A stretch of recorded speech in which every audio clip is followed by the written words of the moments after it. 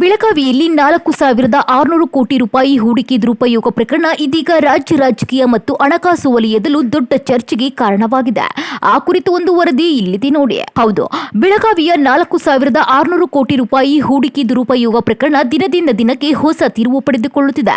ಪ್ರಕರಣದ ಪ್ರಮುಖ ಆರೋಪಿ ಶಿವಾನಂದ ನೀಲಣ್ಣನವರ್ ಅವರನ್ನ ಸಿಐಡಿ ಅಧಿಕಾರಿಗಳು ಬೆಳಗಾವಿಯಿಂದ ಬೆಂಗಳೂರಿಗೆ ಕರೆದೊಯ್ದು ವಿಚಾರಣೆ ಮುಂದುವರೆಸಿದ್ದಾರೆ. ಕಳೆದ 2 ದಿನಗಳಿಂದ ಮಾಳಮಾರುತಿ ಪೊಲೀಸ್ ಠಾಣೆಯಲ್ಲಿ ನಿರಂತರ ವಿಚಾರಣೆ ನಡೆಸಿದ ಸಿಐಡಿ ತಂಡ ಇದೀಗ ತಾಂತ್ರಿಕ ಮತ್ತು ಬ್ಯಾಂಕಿಂಗ್ ಮಾಹಿತಿ ಸಂಗ್ರಹಿಸಲು ಬೆಂಗಳೂರಿನಲ್ಲಿ ತನಿಖೆ ಚುರುಕುಗೊಳಿಸಿದೆ. ಈ ಪ್ರಕರಣದಲ್ಲಿ ಇದುವರೆಗೆ 5 ಬ್ಯಾಂಕುಗಳಲ್ಲಿ ಒಟ್ಟು 15 ಖಾತೆಗಳು ಪತ್ತೆಯಾಗಿದ್ದು, ಪ್ರತಿಯೊಂದು ಖಾತೆಯಲ್ಲೂ ಕೋಟ್ಯಾಂತರ ರೂಪಾಯಿ ವ್ಯವಹಾರ ನಡೆದಿರುವ ಶಂಕೆ ವ್ಯಕ್ತವಾಗಿದೆ. ಹಣದ ಹಾದಿ ಪತ್ತೆ ಹಚ್ಚಲು ಸಿಐಡಿ ಅಧಿಕಾರಿಗಳು ಬ್ಯಾಂಕ್ ವ್ಯವಹಾರಗಳ ಸಂಪೂರ್ಣ ಮಾಹಿತಿ ಕಲೆ ಹಾಕುತ್ತಿದ್ದಾರೆ. ಇನ್ನು ಇಷ್ಟೊಂದು ದೊಡ್ಡ ಮೊತ್ತ ಹಣ ವರ್ಗಾವಣೆಯಾಗಿದ್ರೂ ಬ್ಯಾಂಕ್ಗಳು ಯಾಕೆ ಎಚ್ಚರಿಕೆ ಕ್ರಮ ಕೈಗೊಂಡಿಲ್ಲ ಎಂಬ ಪ್ರಶ್ನೆ ಈಗ ಉದ್ಭವಿಸಿದೆ.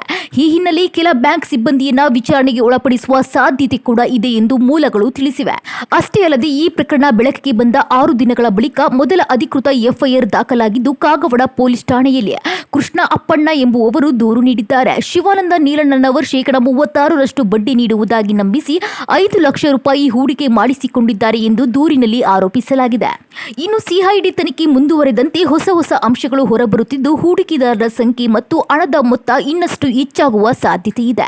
ಅನೇಕ ಮಂದಿಗೆ ನೋಟಿಸ್ ನೀಡಿ ವಿಚಾರಣೆಗೆ ಕರೆಯುವ ಸಾಧ್ಯತೆ ಕೂಡ ಇದೆ. ಒಟ್ಟಿನಲ್ಲಿ ರಾಜ್ಯದ ಗಮನ ಸೆಳೆದಿರುವ ಈ ಬಹುಕೋಟಿ ಹೂಡಿಕೆ ದುರುಪಯೋಗ ಪ್ರಕರಣದಲ್ಲಿ ಸಿಐಡಿ ತನಿಖೆ ಯಾವ ದಿಕ್ಕಿನಲ್ಲಿ ಸಾಗಲಿದೆ ಮತ್ತು ಯಾರು ತನಿಖೆಯ ವ್ಯಾಪ್ತಿಗೆ ಬರಲಿದ್ದಾರೆ ಎಂಬುದನ್ನು ಕುತೂಹಲ ಮೂಡಿಸಿದೆ.